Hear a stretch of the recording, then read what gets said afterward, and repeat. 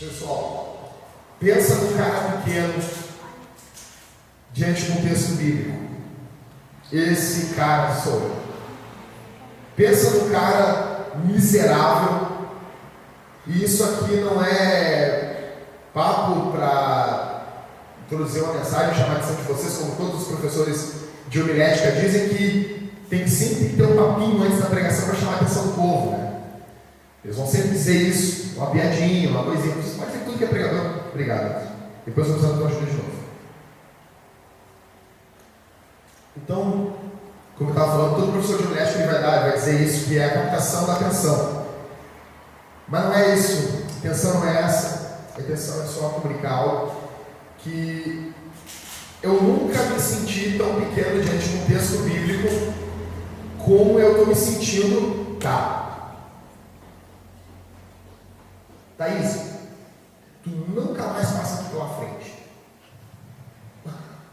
Tá bom? Tá bom. Vamos lá. Então assim, pessoal, olha pra mim aqui. Cara, eu estou me sentindo muito pequeno diante do que eu vou falar para vocês. Muito pequeno, muito pequeno. Por quê? Eu acredito que esse texto aqui, ele é a espinha dorsal. Se eu pudesse eleger um texto na Bíblia, eu ia eleger esse texto aqui de Filipenses capítulo 2 como sendo o principal texto da Bíblia. Não estou falando do principal versículo que vai ter o pessoal, não, João 3,16 diz, né, porque Deus amou o mundo de tal maneira. Não é isso. Mas o principal texto, o principal exemplo é o texto de Filipenses capítulo 2. Então eu peço toda a atenção. Vou pedir que as crianças venham para cá. Vem para cá. Se fosse um filme, vocês iam ver o filme sem ter buscar água. Procurem os pais de vocês. O quê? Tu ligou a bateria aí? A bateria está lá dentro do coisa lá. Hã? Tá ligado? Deve estar com uma compra. Então mexe ali, não. Deixa eu te usar. Pode ir. Vai, passa. Deus vai te usar. Eu sou Severino. Tá bom. Thaís, quer sentar do meu lado aqui? Tá. Ô Bia, senta do outro lado de outra pessoa. Lá da Thaís não. Bia, lá da Thaís não. Então daí fica com o teu pai. Tá. Pai, isso é igreja é isso, tá? Vocês ficam tranquilos que eu amo essas crianças. Darei minha vida por elas sem sombra de dúvida. Pessoal, e eu amo o pai delas também. E quando eu tiver meu filho, sim, liberdade de fazer isso com meus filhos. Claro, pagando também. Eu nego. Hã? Bom, tá, vamos lá. Então esse texto bíblico, ele é o texto mais punk da Bíblia. Eu quero destacar algumas coisas com vocês, a gente vai ler de novo. E ele é muito fera, e ele é muito, eu estou me sentindo pequeno para ver e vocês vão entender por quê. Vamos ler de novo Filipenses capítulo 2, do 1 ao 11. Vamos lá? Se há, pois, alguma exortação em Cristo, alguma consolação de amor, alguma consolação do Espírito, se há entranhados afetos e misericórdias, completai a minha alegria de modo que penseis a mesma coisa, tenhais o mesmo amor, sejais unidos de alma, tendo o mesmo sentimento. Nada façais por partidarismo ou vanglória, mas por humildade, considerando cada um os outros superiores a si mesmo. Não tenha cada um em vista o que é propriamente seu, senão também cada qual o que é dos outros. Versículo 5. Tende em vós o mesmo sentimento que houve também em Cristo Jesus, pois ele, subsistindo em forma de Deus, não julgou com usurpação o ser igual a Deus. Antes a si mesmo se esvaziou, assumindo a forma de servo, tornando-se em semelhança de homens e reconhecido em figura humana. Assim mesmo se humilhou, tornando-se obediente até a morte e morte de cruz, pelo que também Deus o exaltou sobremaneira e lhe deu um nome que está acima de todo nome, para que ao nome de Jesus se dobre todo o joelho nos céus, na terra e debaixo da terra, e toda a língua confesse que Jesus Cristo é o Senhor, para a glória de Deus Pai. Pessoal, não é manipulação, não é para você se sentir melhor, mas eu pediria que nós aplaudíssemos ao Senhor por essa palavra, tá bom? Pode?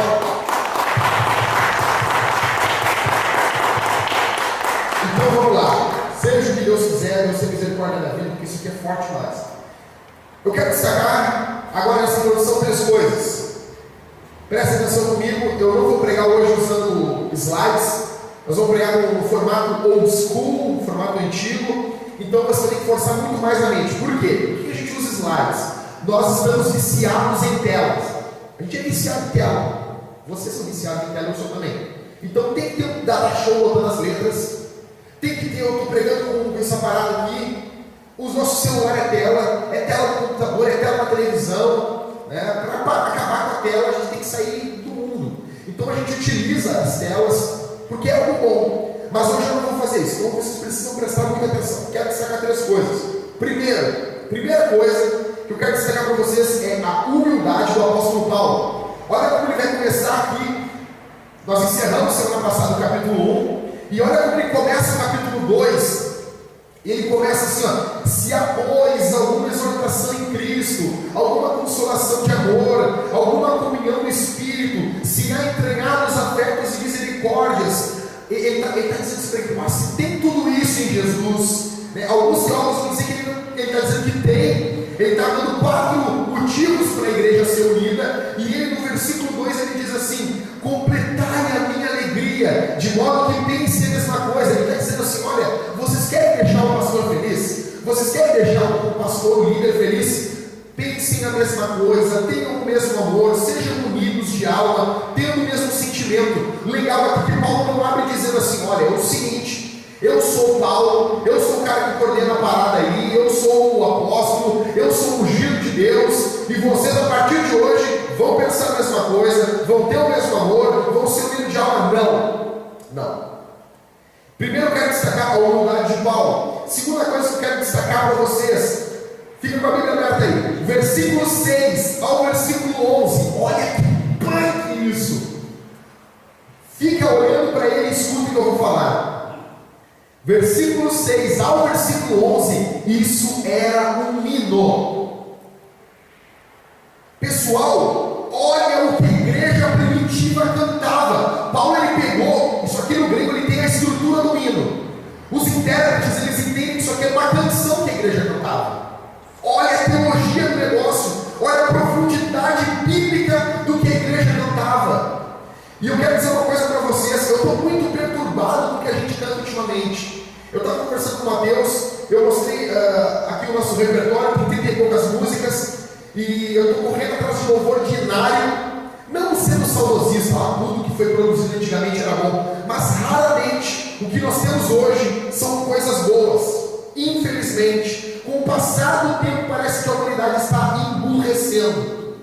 Tá? Então eu tenho que pegar, olhar para os irmãos de mais idade e dizer: me perdoem, porque a minha geração está fazendo muito pouco. E olhando há 2000 anos atrás, então nem se fala, olha o que a igreja cantava: pois ele, subsistindo em forma de Deus, não julgou com usurpação de ser igual a Deus. Pessoal, isso aqui é um cântico extremamente teológico, extremamente descritivo da obra de Jesus.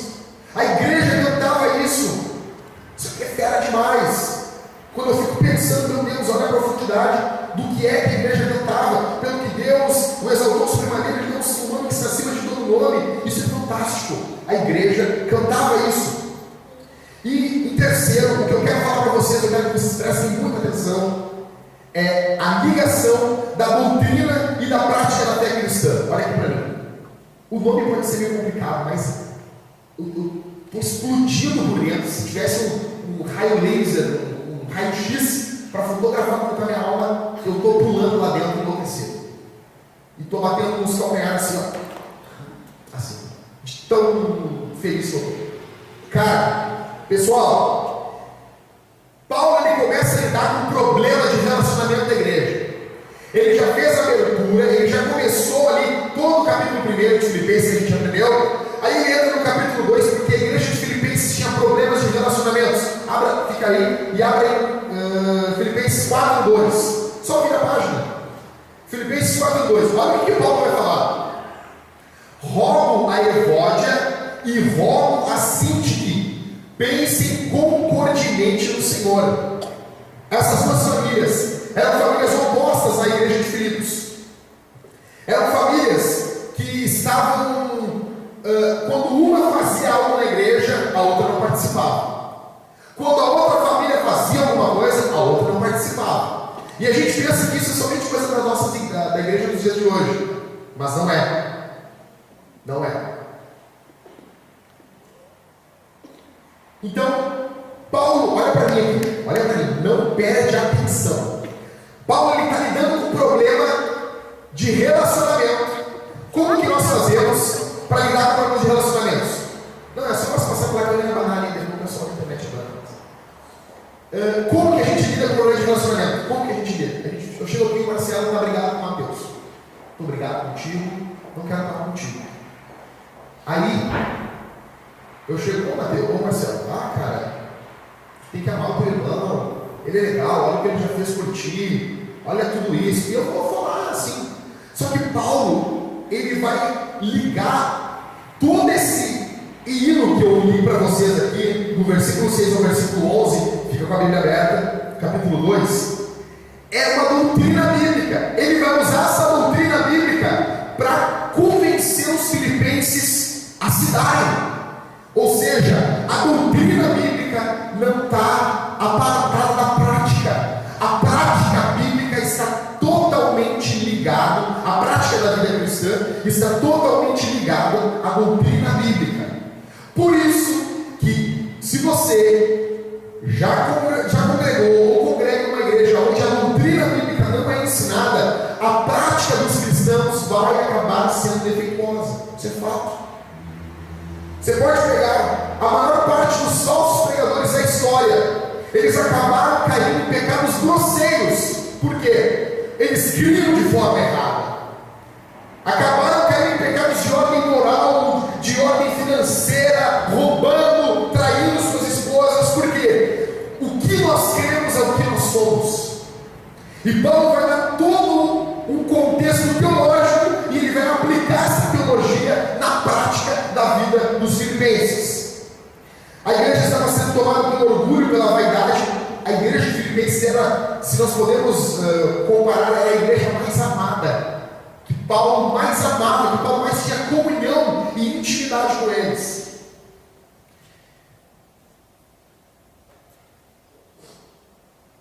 Primeiro eu quero falar para vocês, se eu pudesse dar um nome para essa mensagem aqui, seria a alegria na unidade e na humildade, tá? Primeiro eu quero falar para vocês que a unidade cristã, o fato de sermos um, eu e você sermos um, nós não somos um porque estamos na mesma denominação, nós não somos um porque pertencemos ao mesmo grupo teológico, porque pensamos toda a teologia nos pormenores do mesmo jeito, nós não somos um porque temos a mesma condição financeira, nós não somos um porque temos a mesma faixa etária, nós não somos um porque alguém tem um curso teológico e o outro também tem, é igualzinho, ou você é um somente com quem tem a idade que você tem. Não, nós somos um porque Cristo nos resgatou, porque Jesus pagou o preço por nós, e todos quantos foram salvos, todos quantos foram regenerados, são um. A igreja é uma. Eu quero dizer para vocês, não existem duas igrejas, não existem 4, 5, 6, 7 outras igrejas. Existe uma igreja de Jesus na terra. E isso, os teólogos vão dizer que existe a igreja visível e a igreja invisível. A visível, nós somos uma igreja visível, uma igreja local, a Vintage de 180, tem outras igrejas aqui na Sertório, outras igrejas na Zona Norte, outras na Zona Sul. Isso são várias igrejas. Mas Deus, quando olha para a terra, Ele está dando uma igreja. E todos aqueles que foram salvos, que foram resgatados do mal e do pecado, esses servem a Cristo e são uma igreja. Jesus disse, Ele orou e disse, Senhor, que eles sejam um. Que eles sejam um. Jesus orou, da mesma forma que Ele era um com o Pai, Ele queria que a igreja fosse uma entre si. Presta atenção aqui, irmãos. Tem um pastor muito querido que ele escreveu um livro e o tema do livro é A Oração Não Respondida. Seria que Deus não respondeu essa oração de Jesus. Ou seja, a igreja estaria dividida. Quantas pessoas ficam dizendo, a igreja está dividida? Não. Muitas vezes as divisões querem combater, querem vir contra a igreja, mas a igreja de Jesus, ela está unida. Tá? Isso eu quero deixar uma coisa clara para vocês. A igreja, ela é formada por pessoas que dão a vida uns pelos outros. Vou contar um testemunho bem rápido para vocês. O pastor Paul Washer, ele era missionário no Peru, jovem, ele ia casar dentro de 3 meses. E ele estava no Peru, bem tranquilo, quando o pessoal do Sombreiro Luminoso, não é aquela banda não, mas o pessoal do Sombreiro Luminoso, que era uma facção, pegaram um dos irmãos, 2 irmãos, se não me engano, e levaram e iriam matar aqueles irmãos. Aí o Paul Washer pegou ele e mais um irmão, ele disse assim: o que nós vamos fazer agora? Esse irmão disse: olha, se nós formos até lá tentar resgatar esse irmão, nós vamos morrer. É fato. E eles estão parados numa tribo, ali no Peru, e eles desesperados, não sabiam se iam ou se não iam atrás daqueles irmãos. Ele disse que eles pegaram uma moeda na hora do desespero e disseram assim, ele disse: Pablo, vamos jogar essa moeda para cima. Se ela cair 3 vezes cara, é porque Deus quer que a gente vá. Se ela cair coroa qualquer uma das vezes, a gente não vai. O cara não queria ir, né? Então se caísse uma vez coroa, ele já não ia. Daí ele disse: Pablo, eu vou casar daqui a 3 meses e eu não quero morrer. E ele jogou as 3 vezes e as 3 vezes caiu cara. E ele disse: bom, Deus está querendo que a gente vá. Ele conta que eles foram, entraram mata dentro, e eles estão caminharam mais de um dia, e eles, americanos, um deles é o Paul Washer americano, se perdeu na mata do Peru, ficou perdido, sem comida, sem água, a mercê, pronto para morrer. Quando de repente ele olha de longe, ele vê uma pequena tribo, algumas casas ao redor, ele foi caminhando, e ele perguntou assim: há irmãos aqui? Existem alguns irmãos aqui? E o homem entendeu que ele era crente, e ele apontou a casa, uma casa bem velha. Aquele pastor chegou naquela casa, bateu e saiu com uma mulher bem pequenininha, uma índia bem pequena. E ele disse: eu sou um pastor evangélico, vim buscar os irmãos, o Sombreiro Luminoso pegou eles e querem nos matar, estão nos perseguindo aqui. Aquela mulher que nunca tinha visto aquele pastor, nunca tinha visto aquele homem na vida, era cristã, olhou para ele, arriscando a vida dela, arriscando a vida da família dela, arriscando a vida das pessoas que estavam com ela. Ela disse para os 2: entrem. Eles entraram, ela escondeu os 2, deu comida para aqueles homens, guardou eles e ficou cuidando deles até que eles fossem até a casa dos irmãos. O que faz isso? Quem faz isso no mundo? Que povo faz isso no mundo? O propósito de Deus é que a igreja seja uma, e ela é uma. Então eu quero falar para vocês bem rápido acerca da primeira coisa aqui da unidade da fé, da unidade cristã. Paulo ele abre o capítulo 2, o versículo 1, e ele vai dar 4 alicerces, ele vai dar 4 bases porque nós temos que ser um. Olha o que ele diz: se há, pois, alguma exortação em Cristo, alguma consolação de amor, alguma comunhão do Espírito, se há entranhados afetos e misericórdias. Ele vai dar 4 bases. A primeira base que ele vai nos dar é exortação em Cristo. Nós temos a mania de pensar que exortação é xingar, né? A gente pensava isso, o irmão está exortando o outro. Não, exortação não é xingar, tá? Exortar é animar. Exortação vem do grego paráclesis. Pode dar a intenção de ânimo ou de consolação. Paulo está dizendo: olha, se há algum ânimo em Cristo para vocês. Continuando, ele vai dizer assim: se há algum ânimo, se há alguma exortação, ele continua e diz: alguma consolação. Essa consolação no original do grego, ela tem a ver com a consolação que encoraja. Ao mesmo tempo que tu diz para a pessoa, tu está acalentando a pessoa, tu não está fazendo um mimadinho, tu está encorajando essa pessoa. Ele continua: se há alguma exortação em Cristo, alguma consolação de amor, alguma comunhão do Espírito. Essa palavra comunhão, ela vem do grego koinonia, que quer dizer parceria, participação, compartilhar, comungar. Paulo está dizendo: se vocês comungam com Deus, se vocês têm parte com Deus, se vocês de fato são de Deus. Continuando, se há entranhas de afetos e misericórdias. A palavra entranha aqui, ela é esplanra do grego.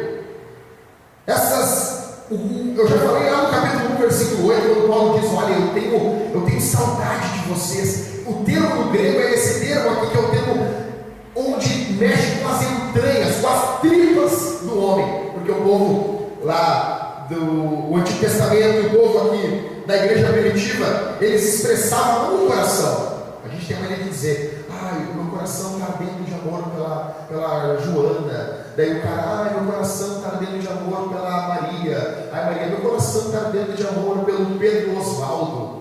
Pedro Osvaldo é coisa de novela mexicana, nome composto. Daí, esse pessoal não. Quando o cara está apaixonado, fui lá, botei a mãozinha na mão da Thalita. Como a barriga ficou toda gelada, frio na barriga aqui. É as entranhas. Então o pessoal do antigo, eles achavam que o centro da emoção não estava no coração, estava nas entranhas, nas tripas. Então Paulo está dizendo isso. Olha, se há entranhados afetos e misericórdia, Paulo pega 4 coisas. Ele vai pedir para os filipenses com base na exortação de Cristo, na consolação do amor, na comunhão que eles têm com Deus, nesses afetos de misericórdia que Deus tem por eles. E no versículo 2 ele vai dizer: completai a minha alegria. Pô, o cara está preso. Essa carta é a carta da alegria. E ele abre dizendo: completem a minha alegria. Está faltando um tantinho assim, ó. Está faltando um tantinho assim. A minha alegria está quase completa. Completa ela. Como que eu completo essa alegria, Paulo? Então Paulo apresenta para a igreja 4 razões, e aqui está para a igreja completar a alegria dele. E o que Paulo está pedindo para a igreja? Ele começa: pensem a mesma coisa. Pessoal, eu não estou dizendo aqui que todo mundo vai ser gremista, né? É uma pena, né? Eu não estou dizendo aqui que todo mundo vai ser colorado, que bom. Eu não estou dizendo aqui que todo mundo tem que gostar de marrom, que todo mundo tem que gostar do mesmo gosto, todo mundo tem que trabalhar no mesmo emprego. Não. O verbo grego de pensar a mesma coisa aqui é phronein. Aqui é usado para definir o mesmo pensamento. É muito importante que esse verbo phronein do grego, ele aparece 10 vezes em Filipenses e aparece mais 13 vezes no Novo Testamento. Esse pensamento não é um pensamento teórico, não é algo somente que está aqui, ele está totalmente ligado com as ações. E eu vou depois discorrer sobre ele. Ele continua: pensem a mesma coisa. Na segunda ele diz: tenham o mesmo amor. Que amor é esse?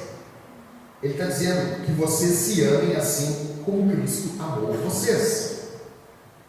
Você nunca mais vai sair daqui, depois dessa noite, você nunca mais vai dizer: ah, mas é Jesus.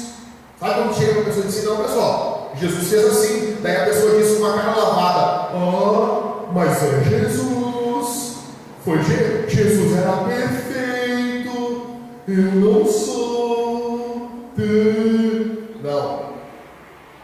Paulo está dizendo: se amem do mesmo jeito que Cristo amou vocês. Ainda que isso nunca seja alcançado na plenitude, viva correndo atrás disso. Deve ser perseguido isso. Ele continua: que vocês sejam unidos de alma. Estou no versículo 2, pessoal.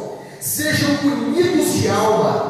O termo do grego é lindo para isso aqui. Unidos de alma é 2 corações batendo a mesma batida. Olha que lindo, pessoal. Paulo está dizendo: vocês, igreja de Jesus, que vocês tenham 2 corações quando vocês estiverem com os irmãos, que os corações batam a mesma batida, tendo o mesmo sentimento. Versículo finalzinho do versículo 2: o que move o teu irmão tem que remover você. A dor do teu irmão, a tristeza do teu irmão, a angústia do teu irmão tem que ser a tua tristeza. E eu já disse aqui, eu repito, e não só a tristeza, porque para chorar, né, o Robson, tem um monte, né? Robson, roubaram meu carro! O Robson vem, cara, eu vou te usar como exemplo, tá? Não, Jackson, tudo bem, Deus vai te dar um novo, fica tranquilo. E daí ele chora comigo. Daí eu chego no outro dia e digo, Robson! E o que foi? Ganhei uma picape! Daí o coração do Robson já se endurece. Que bom, né, irmão? Que legal, que bom. A coisa tá boa lá na igreja, hein? Já estão de picape. Pessoal, tenham o mesmo sentimento. Eu vou dizer para vocês, não deixe ninguém chorar com você se essa pessoa não se alegra quando você se alegra. Isso é fato. Gente que não se alegra com a nossa alegria não deve pisar no solo sagrado do nosso sofrimento. E Paulo continua, pessoal. Aí versículo 3: nada façais por partidarismo ou vanglória, mas por... Bom, vamos lá. Nada façais por partidarismo, versículo 3, tá? Nada façais por partidarismo ou vanglória, mas por...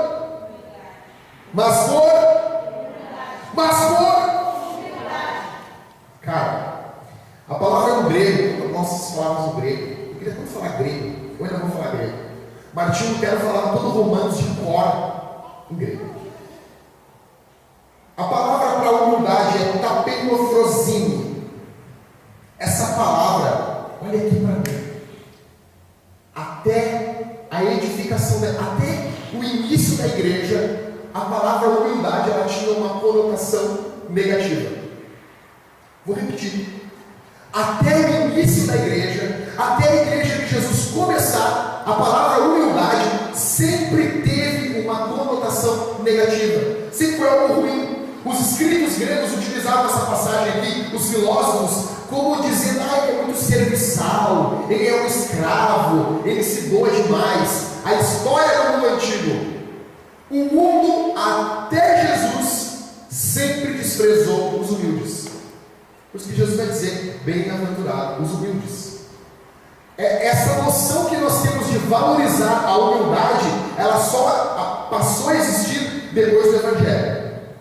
Isso tem 2000 anos de história. A palavra humildade no grego é um termo cunhado pelo cristianismo.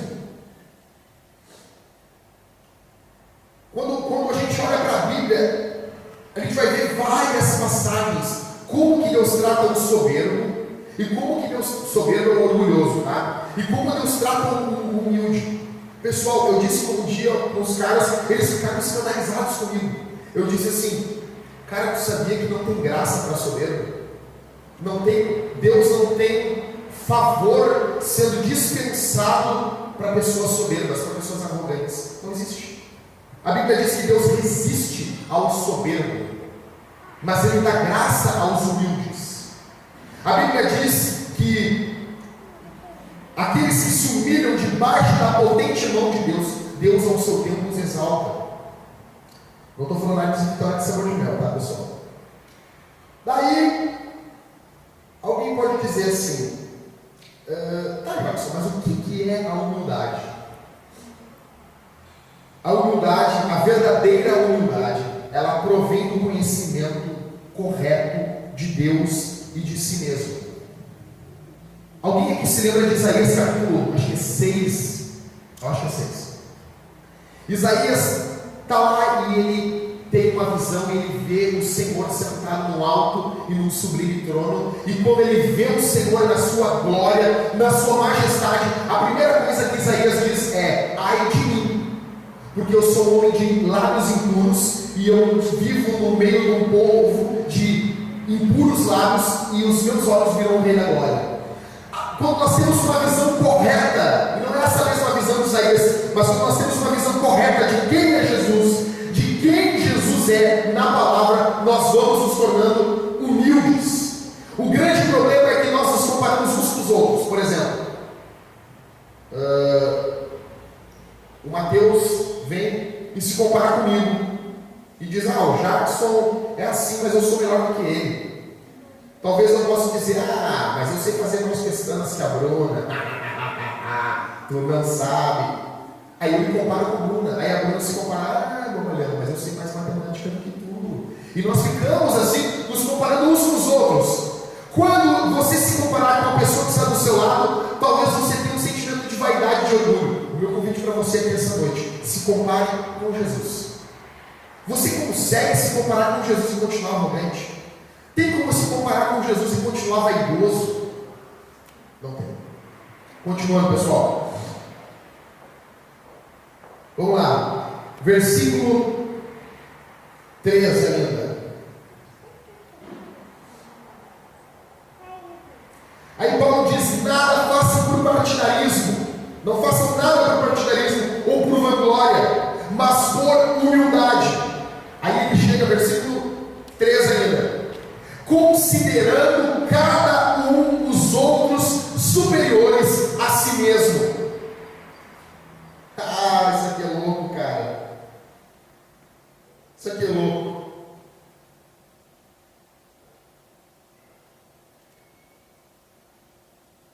Pessoal, nós somos individualistas. Vocês são individualistas. Eu sou individualista. Nós olhamos o mundo a partir do nosso prisma. Nós somos. A criança nasce, a gente dá aquela ensinadinha para a criança ser humilde, mas a gente diz, todos nós, sem exceção: tu não é bom de ninguém. Tu não é bom. Não vem trazer desaforo para casa. Se tu chega em casa apanhando, tu chega apanhando na rua, tu apanha em casa ainda. Nós temos a tendência de pensar em nós primeiramente.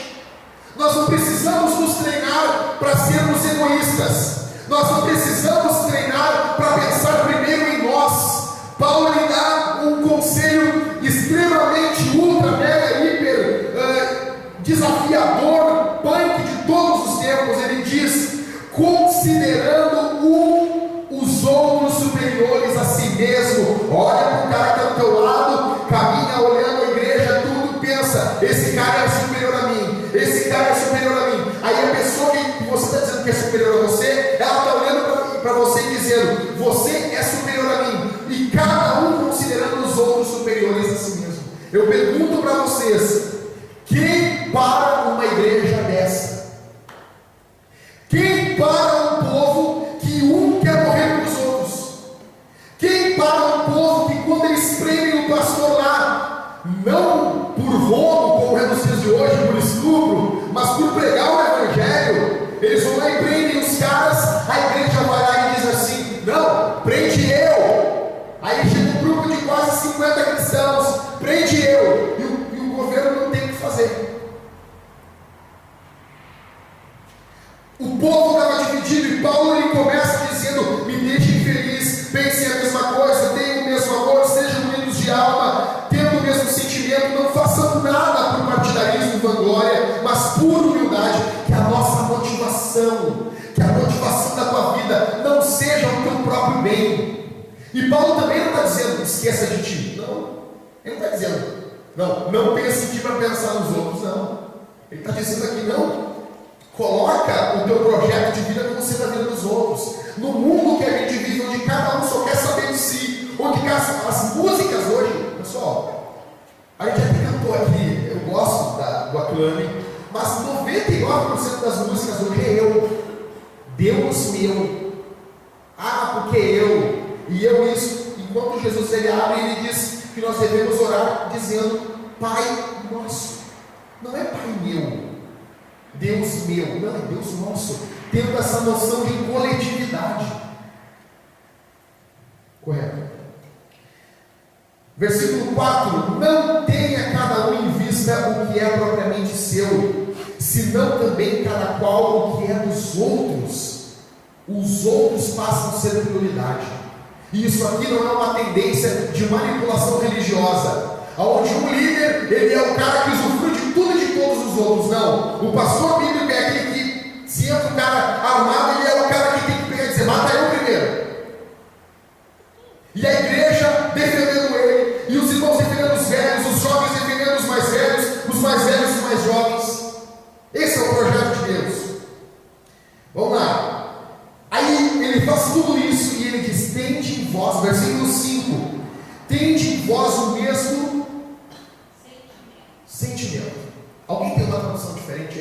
A minha é sentimento. Atitude que ele veio, então, né? Tá. Pessoal, vamos lá. Aqui é punk. Essa palavra aqui, eu ensaiei muito isso na frente do espelho. Era para ser uma piada isso. Tende em vós o mesmo sentimento. A palavra no grego é frônesis. Frônesis é uma palavra intraduzível. Não tem tradução. Então, as traduções chegam o mais próximo que podem. Os tradutores se matam, se reúnem numa mesa, escorrendo suor. O que ele vai fazer com isso? Não tem tradução. Então, a RA, Revista Atualizada, traduziu ela como sentimento. A NVI, percebendo o problema, pegou e traduziu por atitude. Aí o fantástico Jonas Madureira desvendou esse mistério para mim. Pessoal, a palavra frônesis, não é nem sentimento e nem atitude, simplesmente. Ela é a pessoa que olha, discerne o que é correto, ou seja, ela tem noção do que é certo, ela sabe, isto é certo, ela sabe. Segundo, ela decide fazer o que é certo, e ela tem o desejo também de fazer o que é certo. Recapitulando e melhorando com uma nota de rodapé. A pessoa olha, vê o que é certo e discerne, bom, isso é certo. Segundo, ela tem o desejo de fazer isso. Ela tem um sentimento por fazer isso. E em terceiro, ela tem uma atitude para fazer o certo. Porque se for só sentimento, como está na minha tradução, a gente fica assim, eu tenho sentimento que tinha em Jesus ali, ó. Se for só a atitude que está na tradução do Mateus, o cara pode não ter sentimento, mas eu vou lá e vou fazer o certo. Não, a palavra frônesis, ela tem que ser explicada, por isso que precisa de pregador, gente que estuda a Bíblia. Ela é uma palavra que, então, o cara sabe o que é certo, quer fazer o certo e faz o certo. Paulo está dizendo, tende em vós, então eu não vou ler sentimento, eu vou ler como está no grego. Tende em vós o mesmo frônesis. Ver o que é certo, querer fazer o certo e fazer o certo. Que houve também Cristo Jesus. Pois ele subsistindo, grego hiparkein, aquele que é imutável. Ele era imutável em forma de Deus. Não julgou como usurpação. Ele não se apegou na divindade dele. Ele não se apegou nos benefícios e nos privilégios que ele tinha como Deus. André, faz um favor para mim. Traz um copo d'água. Não, traz primeiro aquele balde para mim. Tu consegue. Deus vai te abençoar.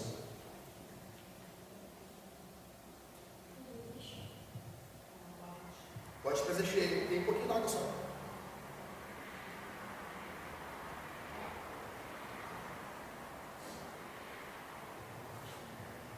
Então, versículo 5, tem de vós o mesmo frônesis que houve também em Cristo Jesus, pois ele subsistindo, vai deixar aqui, obrigado, pode sentar. Pois ele subsistindo, hiparkein, aquilo que é essencial, ele tendo a essência em forma de Deus, não julgou como usurpação o ser igual a Deus. Essa forma de Deus aqui, a palavra grega é morphe, é uma forma imutável. Paulo está fazendo tudo isso para fazer o povo ser humilde, tornando-se semelhança de homens. Não, versículo 7. Antes a si mesmo se esvaziou. Olha aqui para mim. Já tem a primeira palavra que você já sabe o que é sentimento, que é frônesis. Que é ver o que é certo, querer fazer o certo e fazer o certo. Não é só um sentimento, não é só uma atitude. Depois o versículo 7 diz assim: antes a si mesmo se esvaziou. Olha aqui, eu tenho um restinho d'água aqui, deixa eu tomar um restinho. A palavra grega para esvaziou é kenosis. É literalmente isso.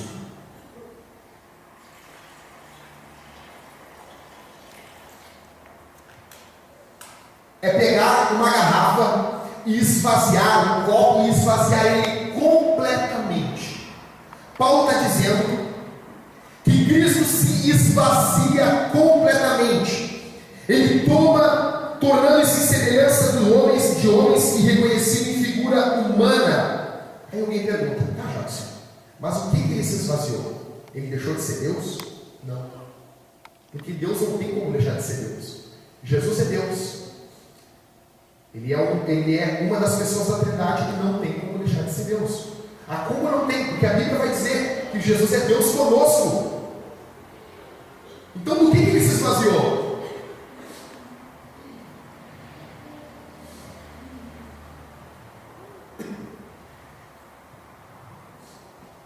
Primeiro, ele renunciou à sua relação favorável à lei divina.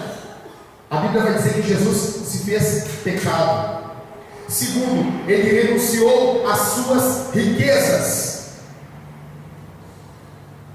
O apóstolo Paulo vai dizer que nós conhecemos a graça do nosso Senhor Jesus Cristo, que sendo rico se fez pobre por amor de vós. Jesus Cristo abriu mão das suas riquezas da glória.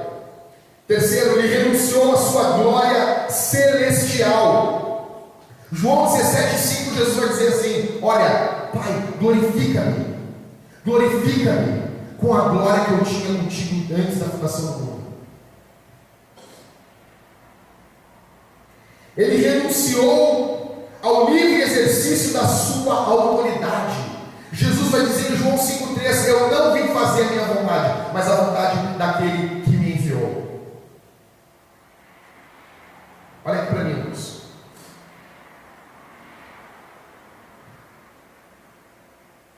Olhando isso, eu fico pensando como nós temos a tendência a querer uma posição de destaque, a querer mandar, a querer humilhar, a querer condenar, a querer que a nossa vontade seja feita. Primeiro, quando nós olhamos no princípio, nós vamos ver o diabo, ele cai. A tendência dele é querer ser Deus. A tendência dos homens hoje é buscar a divinização. E nós encontramos na Bíblia que Jesus faz o caminho inverso. Ele não busca a divinização, ele abre mão de todos os benefícios da divindade e se faz homem. Eu quero dizer uma coisa para vocês que estão me ouvindo: não existe maior humilhação do que a que Jesus passou por você, por causa dos teus e dos meus pecados, por causa da nossa nojeira. Muito mais humilhação do que a cruz foi a encarnação. Isso é fato. Versículo 7: antes a si mesmo se esvaziou, assumindo a forma de servo. Eu já quero deixar uma coisa clara para os irmãos: ninguém de vocês vai se esvaziar. Eu não me esvazio, ninguém se esvazia. Só quem se esvazia é quem já é Deus. Paulo está dizendo que há de vocês o mesmo sentimento, para que vocês se tornem servos. Jesus se esvazia e se faz homem, e daí, como homem, ele vai passar a ser servo. Eu e você não temos do que pegar e nos esvaziar. Nós já somos homens. Nós já estamos vivendo em uma carne corrompida pelo pecado. Nós já estamos humilhados. Você já está vivendo uma natureza humilhada. Eu estou vivendo uma natureza humilhada, e você também. Não há necessidade de se esvaziar, até porque não tem como se esvaziar. Por isso que eu tenho pena daqueles erros. Eu quero me esvaziar de mim. Esvaziar do que? Tu já é vazio, cara. Tu já é homem, tu já é. Só quem se esvazia quem é Deus. O homem não se esvazia. O homem pode passar a ser servo, tá? Tornando-se semelhança de homens reconhecidos em figura humana. Versículo 8: a si mesmo se humilhou, tornando-se obediente até a morte e morte de cruz. Jesus se sacrificou. Paulo está dizendo, pegando esse exemplo, pedindo que a igreja viva como se sacrificando uns pelos outros. Eu estou pregando para a gente que até tem boa intenção. Vocês até têm boa intenção. Já estou terminando, tá? Mas todo mundo aqui tem uma boa intenção, né? Todo mundo está pronto para servir uns aos outros, mas não tem que fazer o sacrifício uns pelos outros, e não é sacrifício financeiro, né? Arranca, meu pai, agora fazer o sacrifício de Jericó, os 318 anos. Não é isso. Para isso as pessoas até estão prontas. Mas quando é para se sacrificar em prol de um bem maior, em prol do próximo, do familiar, do amigo, da igreja, do irmão de fé, nós não temos essa disposição. Versículo 9. Pelo que também Deus o exaltou, pessoal, isso aqui é punk demais. Pelo que também Deus o exaltou sobremaneira e lhe deu um nome que está acima de todo nome. O termo grego para exaltou é hiperipson. Hiperipson, ele é, na verdade, uma super exaltação. Esse termo só aparece nesse momento na Bíblia. Não tem outro momento, nenhuma vez ele vai aparecer mais. É uma super exaltação que homem nenhum possui. Paulo está escrevendo isso aqui no período que Nero está matando os crentes. Nero está perseguindo o mundo. Nero está querendo fazer o nome dele ser o nome mais poderoso da época, ser o nome mais famoso da época. Aí Paulo diz: porque Deus o exaltou sobremaneira e lhe deu um nome que está acima de todo nome. Paulo está olhando para o futuro. Olha aqui para mim. Paulo está olhando para o futuro. Paulo está preso. Olha a situação. Vou pegar aqui, pessoal. Olha para mim. Paulo está preso. Tem um cara algemado do lado dele. Ele está escrevendo uma carta. Ele é meio cegueta. Ele está escrevendo a carta. A igreja está meio dividida. Ele está falando no nome de um cara que morreu numa cruz, de um carpinteiro. E ele está dizendo porque Deus exaltou esse cara de um tal jeito que deu um nome que está acima de todo nome. Qualquer pessoa que olhasse a situação de Paulo ia dizer: tu está louco, tu está louco, cara. Olha a tua situação, te enxerga, lunático, te enxerga, cara. Aí Paulo está dizendo: não é Nero, não são os Herodes, não são os Césares, não é Roma, não é a Grécia, não é a Mesopotâmia, não são os grandes impérios do mundo que vão dominar o mundo. O nome dele é Jesus. O nome dele é Jesus Cristo. Porque Deus lhe deu um nome que está sobre todo nome. A exaltação de Jesus é uma exaltação incomparável. Correndo para o fim, estou acabando. 2 minutos acabam. Hoje nós estamos aqui, nesse prédio feioso, nessa iluminação horrível, que deixa um clima meio triste assim, meio. E daí nós estamos reunidos aqui, dizendo que Jesus Cristo é o Senhor. Isso parece loucura. No meio, olha, tem tanta gente falando em nome de Jesus e fazendo tanta porcaria no nosso Brasil. A gente está reunido dizendo que Jesus Cristo vai voltar. Jesus Cristo vai julgar os vivos e os mortos. A exaltação de Cristo, ela é uma exaltação que exige rendição. Versículo 10. Porque ao nome de Jesus se dobrará todo o joelho, nos céus, na terra e debaixo da terra. Quero dizer para vocês, a questão aqui essa noite não é não é se você confessa que Jesus é o Senhor ou não. A questão não é se você vai ou não confessar, porque você vai confessar. E quando eu digo confessar, eu não digo um confessionalismo barato com a boca. Jesus Cristo é o Senhor, é o Senhor. A questão é quando você vai confessar.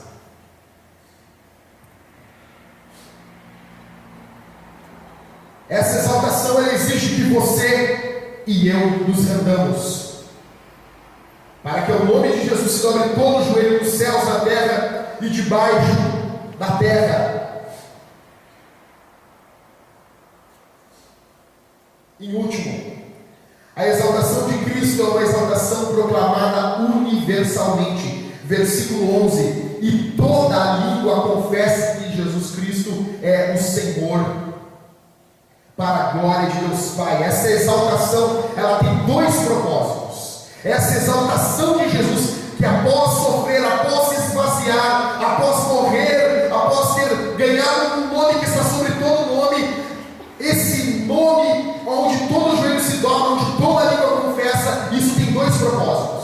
E aqui, pessoal, olha aqui. Que é o propósito final da Bíblia.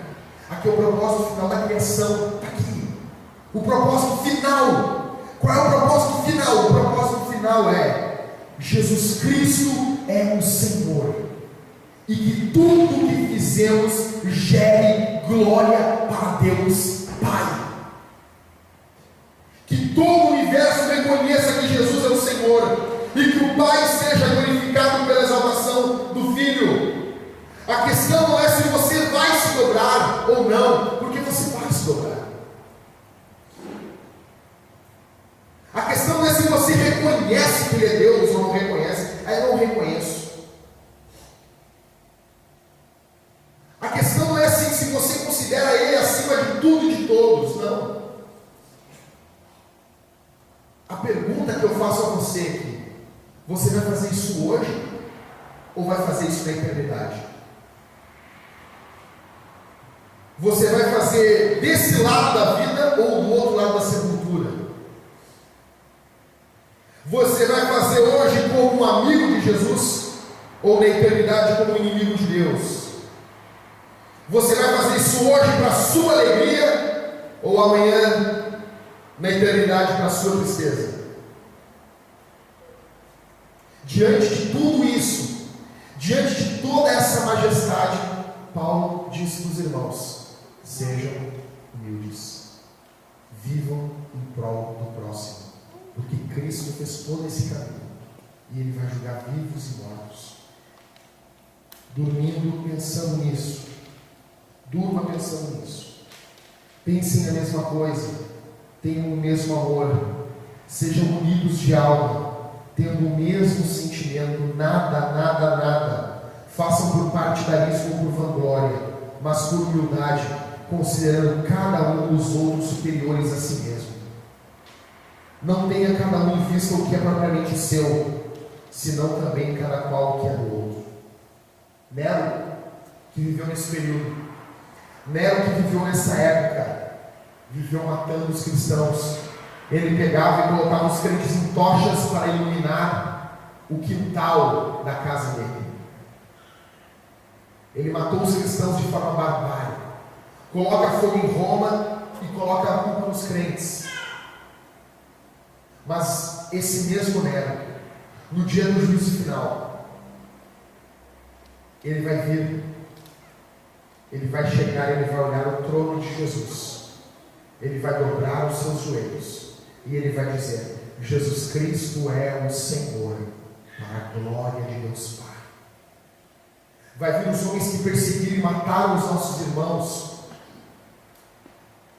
homens que fizeram de tudo, como Juliano o apóstata, nos primeiros séculos da igreja cristã, que desencadeou uma das maiores perseguições ao Evangelho, matando muitos cristãos.